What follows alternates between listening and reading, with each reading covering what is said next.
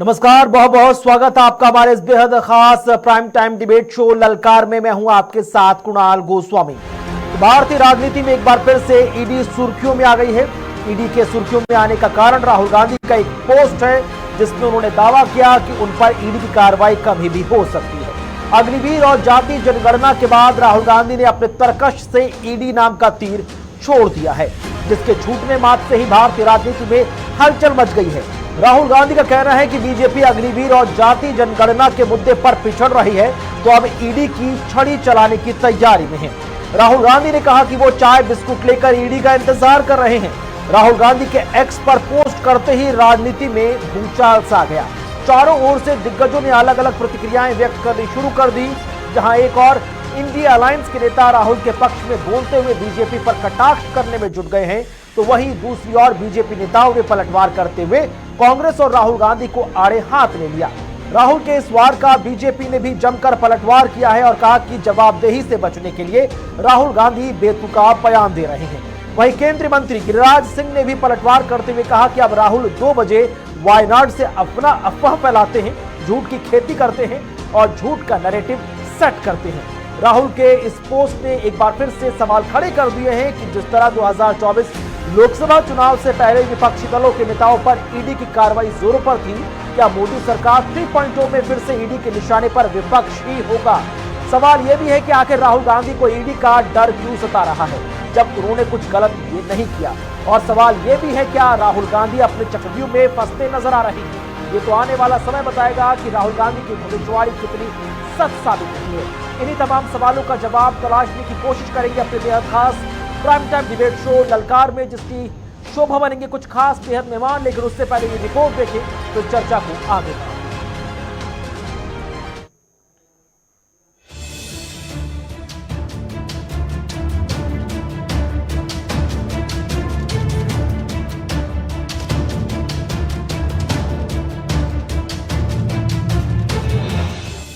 ED की कार्रवाई, सियासत खूब गरमाई।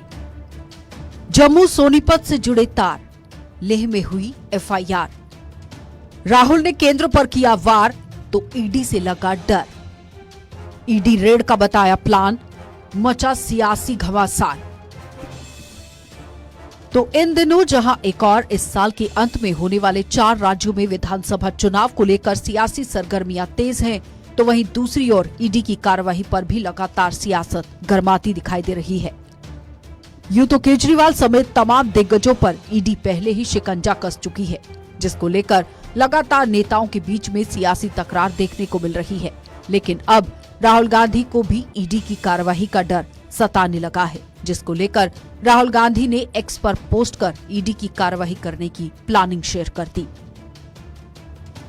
जाहिर है 2 in 1 को मेरा चक्रव्यूह भाषण पसंद नहीं आया।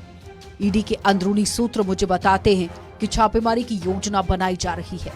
खुले हाथों से इंतजार कर रहा हूं, चाय और बिस्किट मेरी तरफ से। राहुल गांधी के इस पोस्ट को करते ही राजनीति में सियासी भूचाल आ गया। चारों ओर से दिग्गजों ने अलग अलग प्रतिक्रियाएं व्यक्त करना शुरू कर दिया। जहां एक और इंडिया गठबंधन के नेता राहुल गांधी के पक्ष में बोलते हुए बीजेपी पर कटाक्ष करने लगे, वहीं दूसरी ओर बीजेपी नेताओं ने पलटवार करते हुए कांग्रेस और राहुल गांधी को आड़े हाथों ले लिया। गिरिराज सिंह ने कहा कि राहुल गांधी अनुराग ठाकुर के सवाल का जवाब नहीं दे पाए, इसलिए शर्मिंदा है।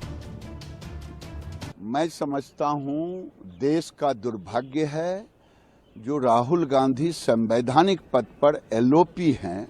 सदन चल रहा है, सदन के अंदर तो झूठ बोलते ही हैं, सदन के बाहर भी भ्रम फैलाने का काम किए हैं। उन्हें चुनौती देता हूं कि वो बताएं कि कौन अधिकारी उनको फोन किया है। ये शर्मिंदित हैं, दुनिया से जात का पूछते, अपना जात बचाने से भाग रहे हैं। ये शर्मिंदित होकर के दुनिया में भ्रम फैलाने का काम, इससे बड़ा झूठा कोई आज तक एलओपी नहीं पैदा लिया है। संवैधानिक पद पर बैठा व्यक्ति, हाउस चल रहा है, उसके बाद ऐसा झूठ बोलना। लोकसभा में नेता प्रतिपक्ष राहुल गांधी ने एक दावा कर सनसनी मचा दी। रायबरेली से सांसद राहुल गांधी ने दावा किया कि चक्रव्यूह वाले भाषण के बाद उनके खिलाफ ईडी की रेड होने वाली है। दरअसल चक्रव्यूह यहाँ मेटाफोर का इस्तेमाल करते हुए सोमवार को राहुल गांधी ने दावा किया था कि चारों तरफ डर का माहौल है। 6 लोगों का एक समूह पूरे देश को चक्रव्यूह में फंसा रहा है। उन्होंने वादा किया था कि इंडिया गठबंधन इस चक्रव्यूह को तोड़ेगा। अभिमन्यु को चक्रव्यूह में फंसाकर ट्रैप कर 6 लोगों ने मारा। मैंने चक्रव्यूह के बारे में थोड़ी रिसर्च की और पता लगा कि चक्रव्यूह का एक दूसरा नाम होता है पद्मव्यूह, मतलब लोटस फॉर्मेशन। तो जो चक्रव्यूह होता है स्पीकर सर, वो लोटस के शेप में होता है, कमल के फूल के शेप में होता है। 21वीं सदी में सर एक नया चक्रव्यूह तैयार हुआ है स्पीकर सर, वो भी लोटस की शेप में है सर, और उसका चिन्ह प्रधानमंत्री जी अपनी छाती पर लगा के चलते हैं सर। जो अभिमन्यु के साथ किया गया था, जो अभिमन्यु को चक्रव्यूह में फंसाया गया था, वही हिंदुस्तान के साथ किया गया है। तो वहीं पिछले दिनों लोकसभा में शुरू हुई राहुल गांधी की जाति की बहस भी लगातार छिड़ी हुई है और अब इस बहस में असम के मुख्यमंत्री हिमंत बिस्वा शर्मा भी कूद गए हैं। झारखंड में हिमंत बिस्वा शर्मा ने खुद इस मुद्दे पर कहा कि पहले राहुल गांधी पत्रकारों से उनकी जाति पूछते थे, अब जब लोग उनसे उनकी जाति के बारे में पूछते हैं तो उन्हें इससे परेशानी होती है। ऐसे में क्या जाति पूछे बिना जाति जनगणना होगी? राहुल गांधी एक सीज है, जैसे वो पत्रकार को पूछता है तुम्हारा जाति क्या है, पूछते थे ना दिल्ली में प्रेस कॉन्फ्रेंस होके राहुल गांधी पूछते हैं आपका जाति क्या है, मालिक का जाति क्या है। और जब लोगों ने उनका जाति पूछा, बोले भाई हमारा जाति क्यों पूछते हैं? अरे बिना जाति पूछ के जातीय जनगणना होगा क्या? अगर मैं आपका जाति नहीं पूछूं तो जनगणना कैसे होगा? तो ये एक चीज है, मतलब एक मेटल है। ये क्या बोलते हैं क्या करते हैं, बहुत ही एक दिक्कत वाला व्यक्ति है। बोलते हैं मैं जाति जनगणना करवा के रहूंगा लेकिन अपना जाति का नाम नहीं बोलूंगा। संसद का मॉनसून सत्र जारी है और विपक्ष कई मुद्दों को लेकर सड़क से सदन तक सरकार को घेरने की पुरजोर कोशिश में जुटा हुआ है। तो वहीं दूसरी ओर कई मुद्दों पर सियासी बवाल भी अब तेजी के साथ बढ़ता दिखाई दे रहा है। जाति वाले बयान पर सियासी बवाल अभी थमा नहीं कि राहुल गांधी ने ईडी की कार्रवाई होने की आशंका जता डाली। फिर क्या मामले को लेकर पक्ष विपक्ष में तकरार छिड़ गई? फिलहाल अब देखना होगा कि आखिर वास्तव में राहुल गांधी की भविष्यवाणी या सूत्र मजबूत हैं या फिर यूं ही सियासत चमकाने के लिए नेताओं में जुबानी जंग जारी है।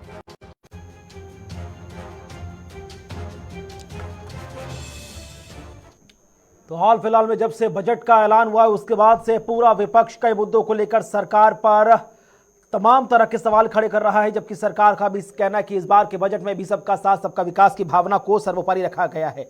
लेकिन राहुल गांधी का ये ट्वीट लगातार सुर्खियों में बना हुआ है। चर्चा को आगे बढ़ाते हुए 4 बेहद खास मेहमान, सुमित सोनी नेता बीजेपी हमारे साथ जुड़ रहे हैं, स्वागत शुक्रिया आपका। राजनीतिक विश्लेषक डॉक्टर परमवीर सिंह हमारे साथ जुड़ रहे हैं, स्वागत शुक्रिया आपका। कांग्रेस पार्टी से प्रवक्ता अबू शर्मा जी हैं, स्वागत शुक्रिया आपका। और समाजवादी पार्टी से प्रवक्ता अभिषेक वाजपेयी जी भी हैं, बहुत बहुत स्वागत, बहुत बहुत शुक्रिया आप चारों खास मेहमानों का।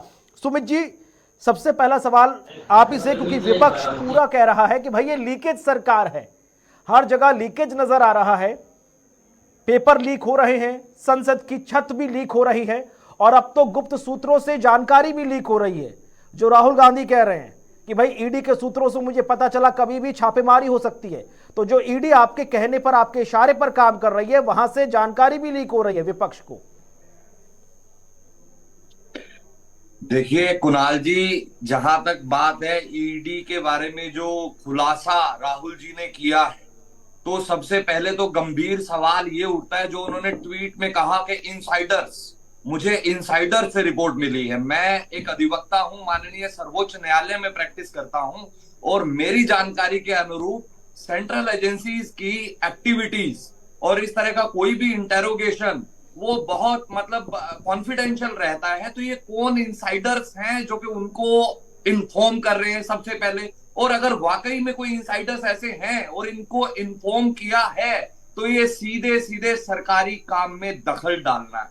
जहां तक लीकेज और नीट का सवाल है, विपक्ष के पास कोई मुद्दा नहीं है, वो बौखलाया हुआ है, निरंतर तीसरी बार हार चुका है। वो सत्ता की लोलुपता में किसी भी विषय के ऊपर दहाड़ लगा रहा है। उनको जनता के हित से, जनता के लाभ से कोई मतलब नहीं है। इतना बेहतरीन बजट माननीय वित्त मंत्री श्री निर्मला सीतारमण जी ने इस बार पेश किया है। आप देखिए, सर मैं आपको रोकना चाहूंगा, मुझे आपकी ऑडियो नहीं मिल पा रही। मैं अपनी टेक्निकल टीम से कहूंगा कि मेरे पास जो स्पीकर रखा है उसको भी ऑडियो दे दें। इसके अंदर हर वर्ग के लिए मुख्य रूप से 4 जातियां जिनको चिन्हित किया माननीय प्रधानमंत्री मोदी जी ने, किसान, युवा, महिला और गरीब, सबके कल्याण के लिए इसके अंदर योजनाएं समाहित है। तो विपक्ष का इसके ऊपर कोई भी आरोप प्रत्यारोप करना, देखिए आजकल ये फैशन चल गया है। मैं आपको बताता हूँ, पहले के समय में क्या होता था, इस तरह का कोई प्रकरण, इस तरह की कोई जांच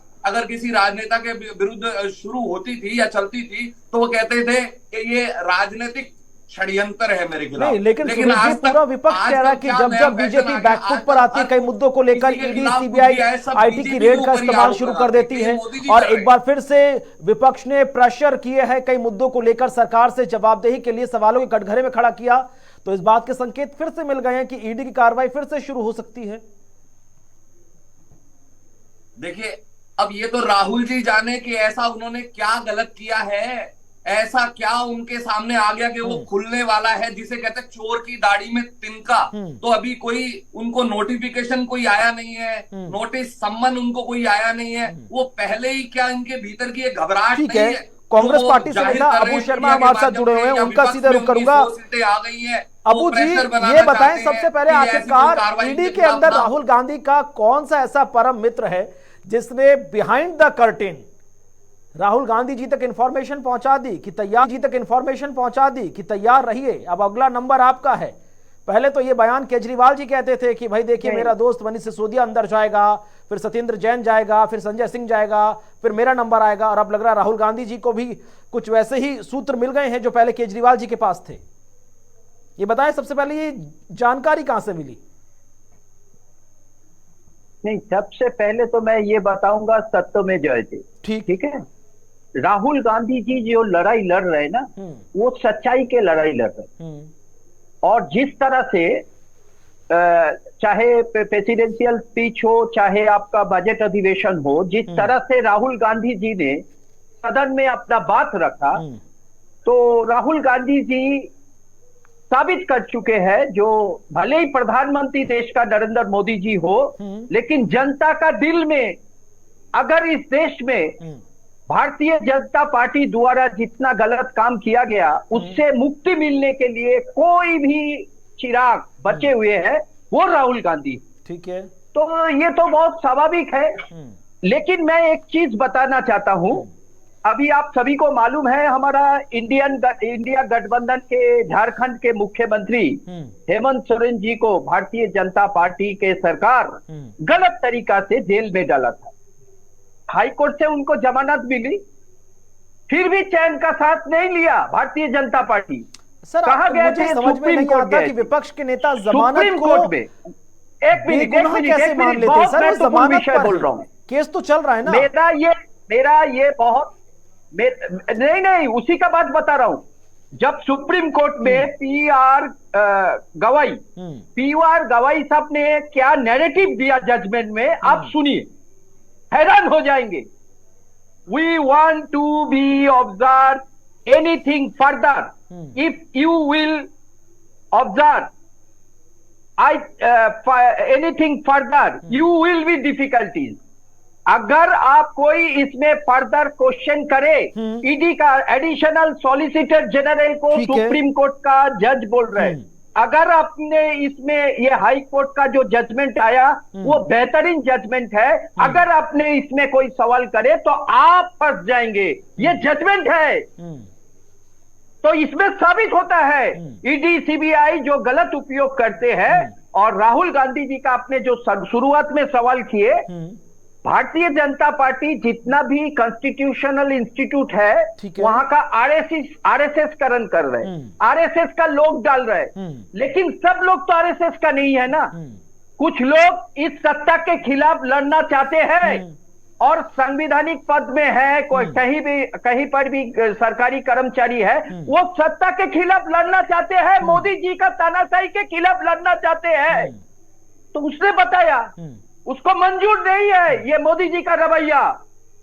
और हम, राहुल जी ने क्या कहा? राहुल जी ने बोला हम स्वागत करते हैं, चाय बिस्किट के साथ हम स्वागत करते हैं। राहुल जी डरते नहीं है, उनका एक ही शब्दों, भारत जोड़ो न्याय यात्रा के बाद उनका एक ही शब्दों पूरा देश भर के कांग्रेसी कार्यकर्ता और हम लोग पूरा देशवासी को उन्होंने एक ही शब्दों कहा, डरो मत, डरो मत, हम डरेंगे नहीं। जो कार्रवाई करना है आदरणीय प्रधानमंत्री जी करे, और वो कार्रवाई का नतीजा जवाब महाराष्ट्र का जनता, हरियाणा का जनता और झारखंड का जनता प्रधानमंत्री जी को वापसी भेजेंगे। ठीक है, मैं लौटूंगा आपके पास। अभिषेक वाजपेयी जी समाजवादी पार्टी से हैं। अभिषेक जी, क्योंकि लगातार तमाम तरह के बयान सामने आ रहे हैं, सुबह से लगातार मैं इस मुद्दे पर चर्चा भी देख रहा हूं। समाजवादी पार्टी के ही राष्ट्रीय प्रवक्ता हैं अनुराग भदौरिया जी, वो कहते हुए नजर आए कि पूरी की पूरी केंद्र सरकार, जहां पर कई सारे दोस्तों ने मिलकर एक सरकार, लीग सरकार खड़ी कर दी है, वो दो दोस्तों की जोड़ी से घबराई हुई है। वो दोस्त एक वायनाड में है और एक लखनऊ में है। आपको भी लग रहा है कि सरकार घबरा गई है, इसीलिए ईडी सीबीआई जैसे तंत्रों का फिर इस्तेमाल की संभावना बन रही है, या फिर अभी ऐसे बयान देके सुर्खियों में रहना उचित नहीं माना जाएगा? Anurag ji please, Abhishek ji please. धन्यवाद कुणाल जी। और जब बात आप कह रहे हैं कि सरकार डर गई, तो मुझे लगता है कि आपका प्रश्न से ज्यादा उत्तर मुझे उसमें झलका, क्योंकि जब सरकार डर गई है तभी आप ऐसे प्रश्न कर रहे हैं। हमारे भाई ने जब इस बात को कहा तो तभी इस बात को आपको समझ जाना चाहिए था, जब उन्होंने कहा किसान, महिला, युवा सबकी बात करने लगे। तो आज की डेट में भारतीय जनता पार्टी और केंद्र में सरकार हो चाहे प्रदेश की सरकार हो, बहुत ही डरी हुई। क्योंकि जब आपने देखिए, पहले भारतीय जनता पार्टी जब सरकार में थी तो कहती थी कि अब की बार मोदी सरकार, और अब क्या कहती है, एनडीए की सरकार। तो कहीं ना कहीं जनता के माध्यम से एक अहंकार टूटा। दूसरी बात, आज किसानों की बात कर रहे हैं, क्योंकि किसानों की बात, ये जब सम्मान निधि और कई सारे चीजों के लिए कहते हैं, किसानों के लिए इन्होंने किया क्या? आज किसान को और नीचे पायदान पे गिरा दिया इन्होंने। एक तरफ 6,000 रुपए देते हैं और दूसरी तरफ 18,000 रुपए के आसपास का टैक्स वसूल लेते हैं। एक तरफ महिलाओं के लिए बड़ी बड़ी बातें करते हैं, दूसरी तरफ महिलाओं के साथ उत्पीड़न होता नजर आता है। युवाओं के लिए, एक तरफ युवाओं के लिए बात करते हैं, दूसरी तरफ पेपर लीक और कई सारी घटनाएं सामने आ जाती हैं।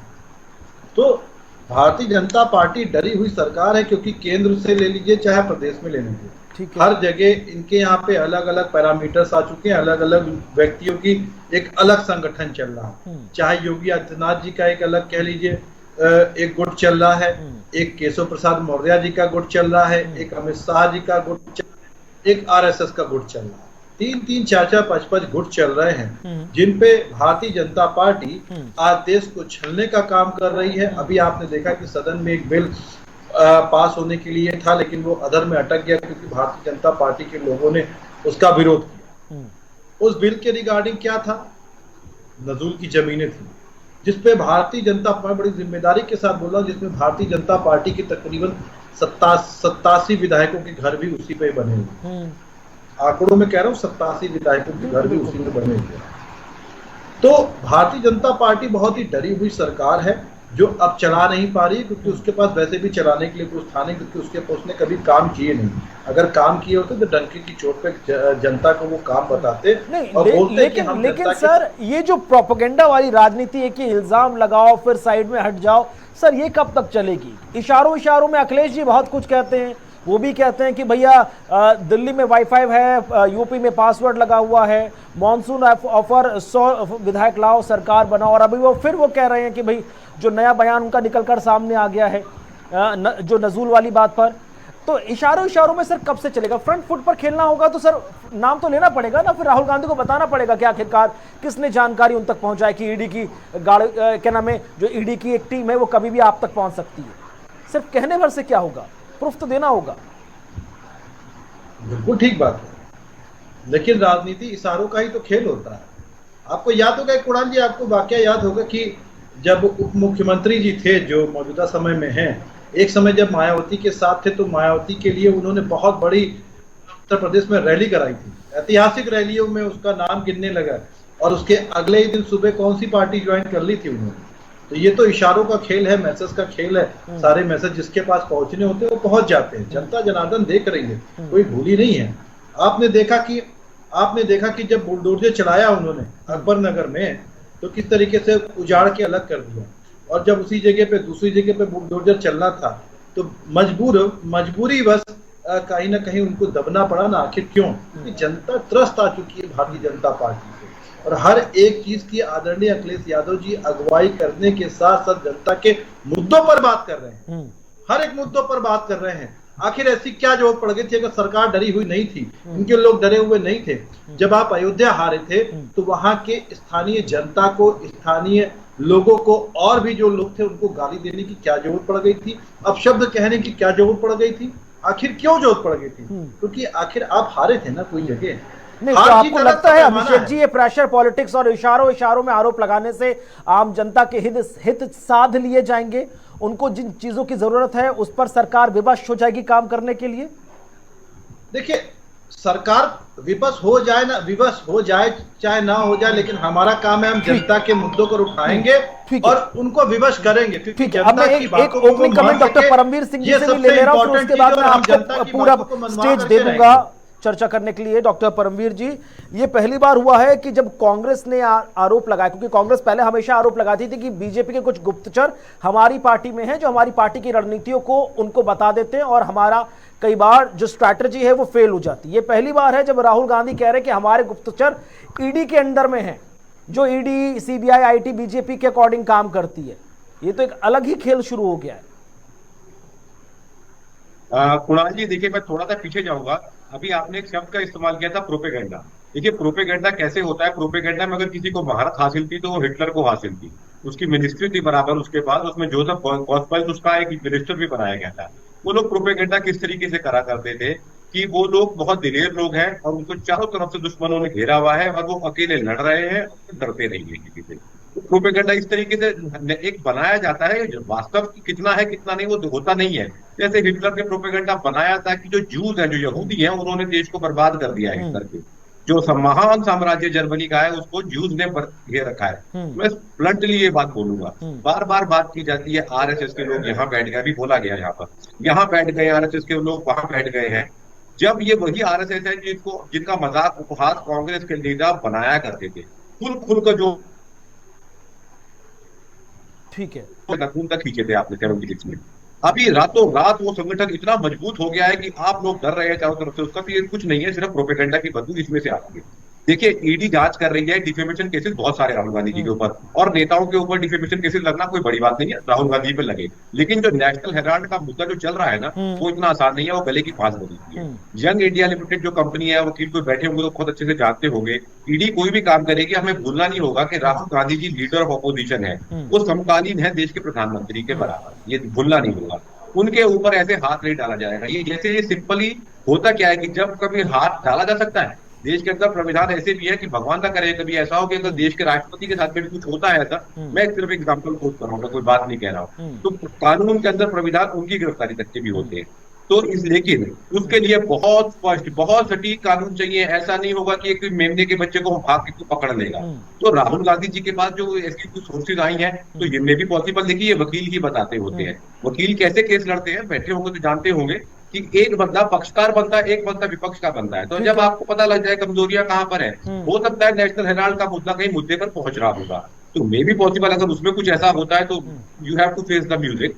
लेकिन इतना आसान नहीं है ये कि आपने हवा में चलाया, आप हीरो बनने की कोशिश कर रहे हैं तो वो आप कीजिए, कोई बड़ी बात नहीं है। प्रोपेगेंडा करना आजकल सोशल मीडिया के जमाने में बहुत आसान तरीका होता है। आप बनाइए, नैरेटिव बनाइए, आप ये बहुत मजबूत लोग हैं लेकिन घिरे हुए हैं दुश्मनों से। देखिए देश में कोई जंग नहीं लेकिन चल रही कांग्रेस है। तो कह रही मैं स्पष्ट प्रोपेगेंडा शब्दों कहाँ में है, बोलूं, वो राजनीति प्रोपेगेंडा तो बार बार कह रही कि साच को आज क्या, वो तो बार बार कह रही कि आम जनता के हाथ इस बार बजट में क्या आया सबको मालूम है, कुछ लोगों के बीच सब कुछ बांट दिया गया।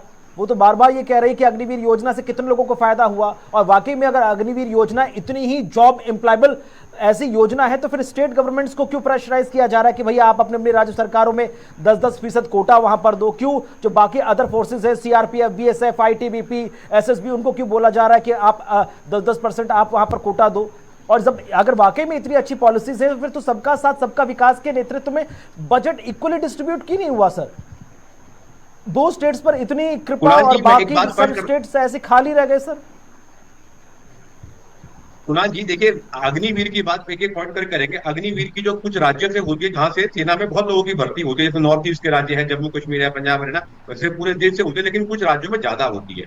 तो आपने क्या कभी यहाँ पर, हमारे यहाँ, मैं गांव देहात से ही आता हूँ, हमारे गांव देहात के लड़के तो आज भी, अभी आने वाली अग्निवीर की योजना तो वो दौड़ लगाते हुए सुबह सुबह निकलिए मिल जाएंगे। मतलब जिसको तो सेना में भर्ती होना है वहां पर तो रोष है नहीं, लेकिन पार्लियामेंट के अंदर, विधानसभाओं के अंदर, और नेता जिनके घरों से कभी कभी पीढ़ी दर पीढ़ी कोई व्यक्ति नेता सेना में नहीं गया होता, वहां बहुत रोष है इस चीज का। ठीक है, छोटा सा रिएक्शन अभिषेक जी, फिर मैं देख लूंगा। ठीक है अभिषेक जी।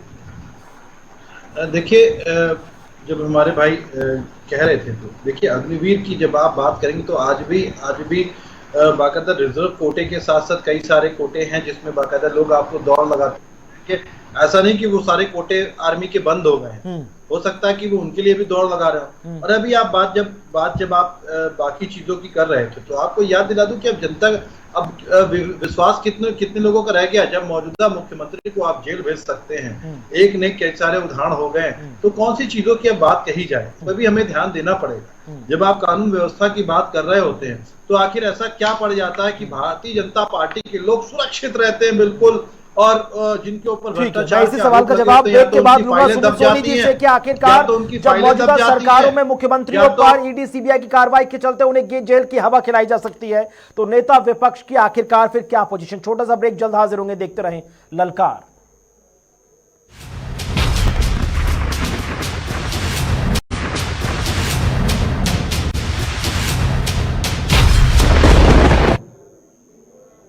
स्वागत है आपका ब्रेक के बाद। तो प्राइम टाइम डिबेट ललकार में आज हम चर्चा कर रहे हैं राहुल गांधी के उस बयान के बाद जहां पर लगातार एक बार फिर से ईडी की कार्रवाई पर फिर से सवाल उठने लगे हैं। सुमित जी, सीधा स्पष्ट सवाल है, क्या बीजेपी खुद अपने चक्रव्यूह में फंसती नजर आ रही है? राहुल गांधी कह रहे कि देश में एक ऐसा चक्रव्यूह बनाया गया है जिसे पद्मव्यूह के नाम से अब देखा जा रहा है, और कुछ चुनिंदा लोग हैं जो देश की जो मेन हलवा है वो बांटकर खाया जा रहा है।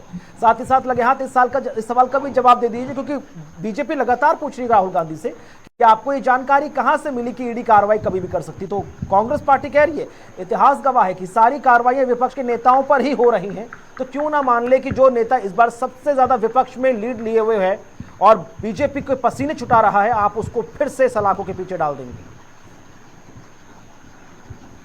जी, मैं पहले भी कह चुका हूं, ये नया फैशन भारत की राजनीति में आ गया है। पहले होता था कि मेरे खिलाफ राजनीतिक षड्यंत्र है, आज के दिन किसी के खिलाफ कोई जांच हो, कोई कार्रवाई हो, तो वो सीधा बीजेपी के ऊपर आरोप लगाता है, चाहे वो किसी भी पार्टी से हो, विपक्ष के किसी भी दल से हो, वो सीधा मोदी जी के ऊपर वो आरोप लगाता है।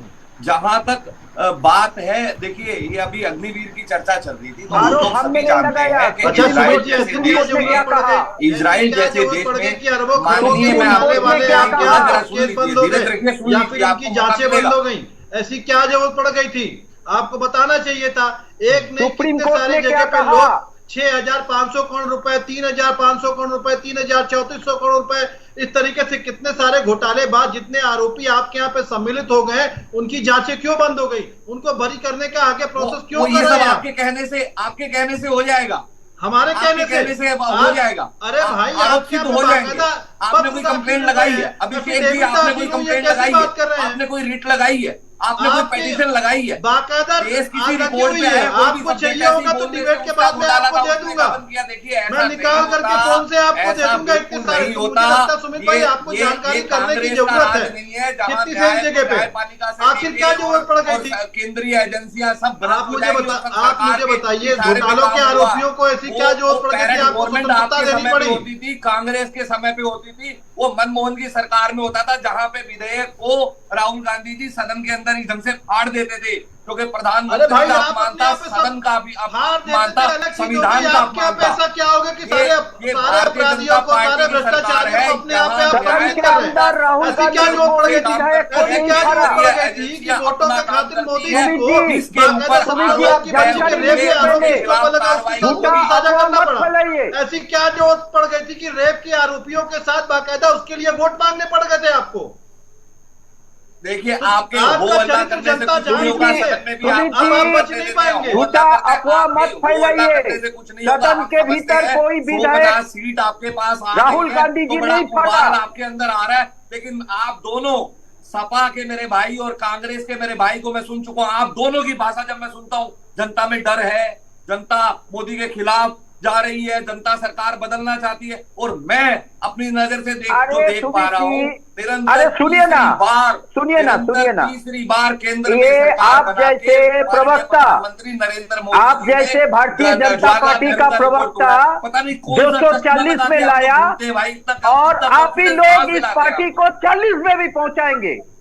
समय का इंतजार कीजिए। आप जैसे प्रवक्ता 240 में लाया और आप ही लोग 40 में पहुंचाएंगे।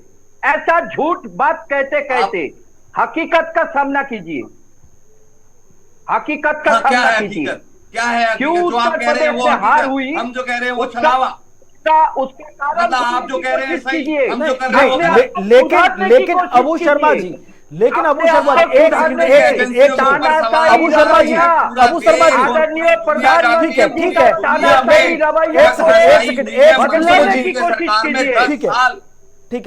शर्मा जी, ऐसे आरोप लगाकर भागने से कुछ नहीं होगा ना सर। बोलने वाला ऐसे आरोप लगाकर भागने से कुछ नहीं होगा। तो जब भारत को मिला है तो आपको हजम ठीक नहीं हो रहा है। कहाँ भागा? ठीक है, अब आप बताइए ना आखिरकार इन्फॉर्मेशन किसने पहुंचाई? आप बताइए कि आखिरकार ईडी में ऐसा कौन सा सूत्र है जिसने जानकारी दे दी कि अगला नंबर अब राहुल गांधी का होगा? मैं बता रहा हूँ सिर्फ नाम ले लेने से ऐसे फायदा नहीं। आपकी कांग्रेस पार्टी के कई ऐसे नेता थे जो कह रहे थे कि बीजेपी तीसरी बार मर्तबा अगर सरकार में आ गई तो संविधान बदल देगी, अगली बार जो राइट ऑफ वोट है वो भी खत्म कर दिया जाएगा। कहां से कुछ ऐसा है क्या सर? फेक इंफॉर्मेशन के बल पर आप सोच रहे किसी का आपको सपोर्ट मिल जाएगा? फैलाना इनका काम, ठीक है, र्यूमर्स फैलाना इनका काम। सुमित जी बोलने दीजिए, कुणाल जी इनका नेतृत्व हमारा पार्टी का, गांधी जी से लेकर कुणाल जी बोलने तो दीजिए, बोलिए सर, बोलिए प्लीज। सुमित जी बोलने तो दीजिए। सदन में माइक बंद कर देते हैं, यहाँ कचर पचर कर रहे हैं। क्या यहाँ किसी का माइक बंद नहीं होगा, अनुशासन नहीं सिखाया, यहाँ पर किसी की आवाज नहीं दबाई जाएगी। इस बात की एश्योरिटी मैं दे रहा हूँ। भले ही अभिषेक जी बगल में बैठे मुस्कुरा रहे हैं, मुझे मालूम है। मेरी बारी में आप क्यों बीच में? एक मिनट ये सुमित जी एक मिनट मैं बता रहा हूँ। संविधान बदलने की बात उठी, ये संविधान बदलने की बात भारतीय जनता पार्टी का 2 सांसद सबसे पहले कहा था। और मैं बता देता हूं, नीति आयोग में मैं उनका नाम भी अगर जरूरत पड़े मैं बता देता हूं।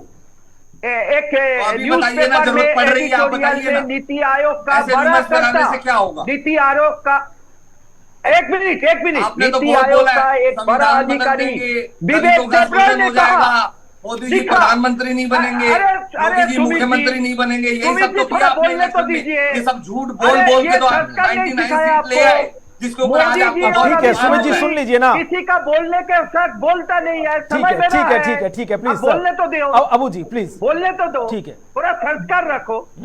क्या अटल जी का पार्टी का है? अभी चलो मोदी जी का कार्यकाल चल रहा है, क्या संस्कार था अटल जी का? कहाँ दिया आप लोगों का वो संस्कार?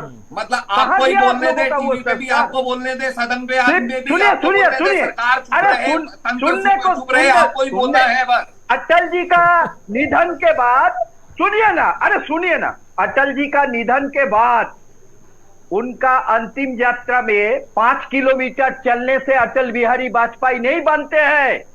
अटल बिहारी वाजपेयी बनते हैं सबको साथ लेके चलने से।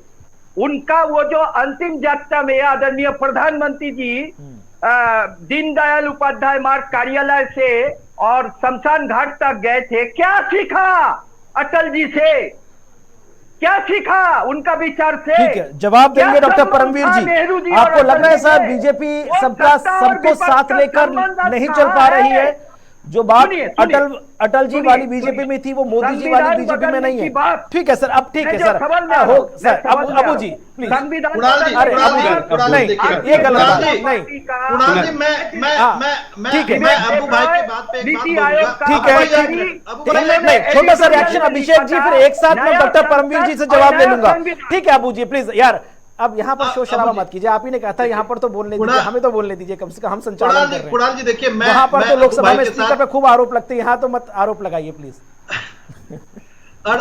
कुणाल जी, मैं अबू भाई को एक मैं बात आ रहा हूँ परमवीर जी, आ रहा हूँ, बोलने पहले अभिषेक जी का अभी जी रिएक्शन ले बोलने लूं, फिर नहीं मैं दे आपके पास आऊंगा। ठीक है अभिषेक जी प्लीज कंटिन्यू। मैं अबू भाई की सारी बातों में मान सकता हूं, लेकिन एक बात में नहीं मान सकता हूं कि मोदी जी साथ लेकर के नहीं चल रहे। बिल्कुल सभी भ्रष्टाचारियों को एक साथ उन्होंने चैनलाइज किया है और उसके बाद अपनी पार्टी में सम्मिलित किया है, और उन सब से कैसे चंदे लेकर के आने और किस तरीके से चैनलाइज करके उसमें बांटने हैं और उसको कैसे आगे पॉइंट बढ़ाने नोटेड। हैं, डॉक्टर इसमें परमवीर जी मोदी रिप्लाई सबको करें अबू जी साथ और लेकर अभिषेक के जी चल का रहे प्लीज। हैं। ठीक है कुणाल जी, इंदिरा जी का नारा याद आया। अभी अटल जी की बात हुई तो हमारे देश के महापुरुषों की बात हो रही, तो इंदिरा जी का नारा था ना जात पर ना बात पर, वोट पड़ेगा हाथ पर। इंदिरा जी की बात पर, है ना।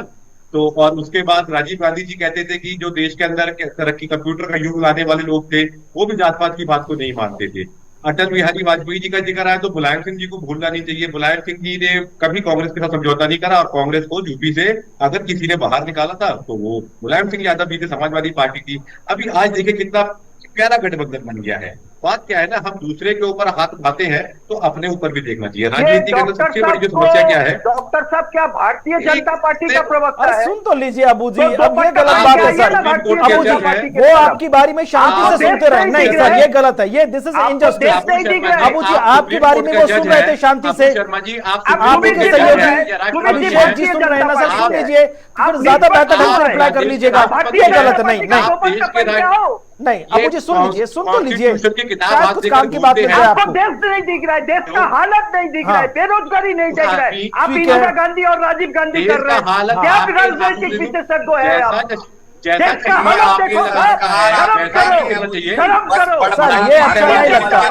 अबू जी जब जातिगत जनगणना सर नहीं, एक सेकंड परमवीर जी, एक सेकंड परमवीर जी, नहीं एक सेकंड परमवीर जी।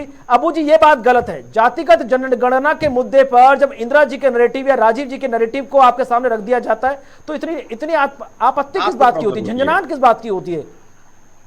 क्या वो कांग्रेस अभी आप अटल जी वाली बीजेपी और मोदी जी वाली बीजेपी का राग अलाप रहे थे। अभी हमने आपके सामने इंदिरा जी वाली कांग्रेस और राजीव जी वाली कांग्रेस और राहुल जी वाली कांग्रेस पर सवाल कर दिया तो आपको दिक्कत हो गई। देखो ना, देश का हालत आप नहीं देखते ये हो, पता है आप क्या? सिर्फ राहुल गांधी और ये अब पता है देश की क्या हालत कर की रहे चिंता हो गई। देखते हो। सुनिए कौन सुनिए, सा राजनीतिक विशेषज्ञ सुनिए, है? अब सुन लीजिए, क्या शर्मा डॉक्टर जी, है आप? शर्मा जी, अब सुन लीजिए, शर्मा जी सुनिए ठीक मेरी है। बात, अरे मैं हम तो कंक्लूड सुन करूंगा रहे हैं। बात को। खाने के शर्म करो अंदर साहब। आप हमारी देश का हालत देखो आप साहब। डिक्टेट नहीं करेंगे, अतीत में डिक्टेट मत नहीं जाओ, करोगे, हम देश क्या का हालत बोलेंगे? देखो साहब। अतीत में नहीं जा रहे सर। बेरोजगार का आप हालत डिक्टेटर देखो नहीं साहब। हो, आप शर्म डिक्टेटर करो। नहीं है। आप आपके जैसे चश्मे- डॉक्टर से आपका ना, लगा आपको आपका क्या चश्मा डॉक्टरी लगाकर नहीं हमको दिखेंगे। पता नहीं है कौन सा डॉक्टर है। आपका जो ये चश्मा हालत को आपने देखने लगाया के बाद है, भी, जो ये चश्मा हालत को आपने देखने के लगाया बाद है भी उसे आप देखकर अगर- नहीं बोला जाएगा। आपको दिख आप नहीं चाहते रहा है। हैं कि लोगों डॉक्टर के मुंह साहब, में शब्द भी शर्म वही आए करो। जो कांग्रेस बोले। थोड़ा देश के बारे में शर्म आप सोचो करना डॉक्टर चाहिए। साहब। आपने जो चश्मा लगा डॉक्टर रखा है, हम साहब, आपकी थोड़ा देश के प्रोपेगेंडा बारे में मशीनरी के सोचो। मेंबर नहीं है। हम आपकी प्रोपेगेंडा मशीनरी के मेंबर नहीं है कि जो आप सोचेंगे वही हम बोले, ऐसा नहीं होगा। जो चश्मा आपने लगाया है वही नहीं लगाऊंगा। हम राजनीति आप करते हैं। प्रोपेगेंडा सुमित जी मशीनरी बोला, का मैंने मेंबर कुछ मुझे बोला, मत बनाइए। वो उसका बात बोलेगा। आपसे आप मैं ये राजनीति का जो विश्लेषण पर्दे के करता हूँ। पीछे जो से बात आते हो ना आपकी भारतीय जनता पार्टी जो को मदद बात करने के, आपकी गलती ये लगेगी देश उसको का बोला इतना करेंगे। बड़ा विनाश होने के कारण ये आप लोग हैं। ये है मेरा, नहीं, ये आप मेरा लोग हैं। कॉन्स्टिट्यूशनल राइट है। भारतीय जनता पार्टी ये की मेरा बात एक सवाल का जवाब है। दीजिए मैं अपनी अबू जी, मन की बात अबू कर जी, सकता हूँ। अबू जी भारतीय एक जनता सवाल का जवाब पार्टी दीजिए। ठीक है डॉक्टर परमवीर, वो नहीं मानेंगे, वो नहीं मानेंगे, वो नहीं सुनेंगे। अबू जी, अबू जी, अबू जी एक सवाल का जवाब दीजिए। अनुराग ठाकुर का ये अरे स्टेटमेंट क्या है, लगातार वायरल हो रहा है। वो कह रहे हैं कि कुछ लोग एक्सीडेंटल हिंदू हैं और महाभारत के बारे में उनका ज्ञान भी एक्सीडेंटल है। इन लोगों ने ना तो संविधान पढ़ा है ना ही महाभारत पढ़ा है, इसलिए वो बार बार जब चक्रव्यूह की संरचना के बारे में जब 6 लोगों की चर्चा कर रहे थे, ओरिजिनली तो वहां पर 7 लोग थे, 7 द्वार थे, अब आप इसका रिएक्शन जवाब दे दीजिए। क्या बिना पढ़े लिखे ही राहुल गांधी जी ने चक्रव्यूह की चर्चा कर दी संसद में? सर,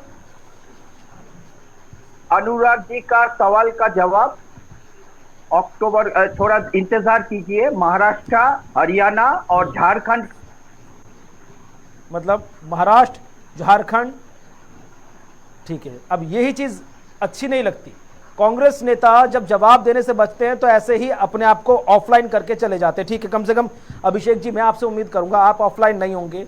और जो डॉक्टर परमवीर जी कह रहे थे कि जब विपक्ष मोदी और अटल जी की बीजेपी की तुलना करता और बीजेपी जब इंदिरा जी और राहुल जी की कांग्रेस के बीच फंक्शनल वैल्यूज में चेंजेस की बात करती जातिगत जनगणना पर, तो कांग्रेस इतनी नाराज क्यों हो जाती है? अभिषेक जी प्लीज।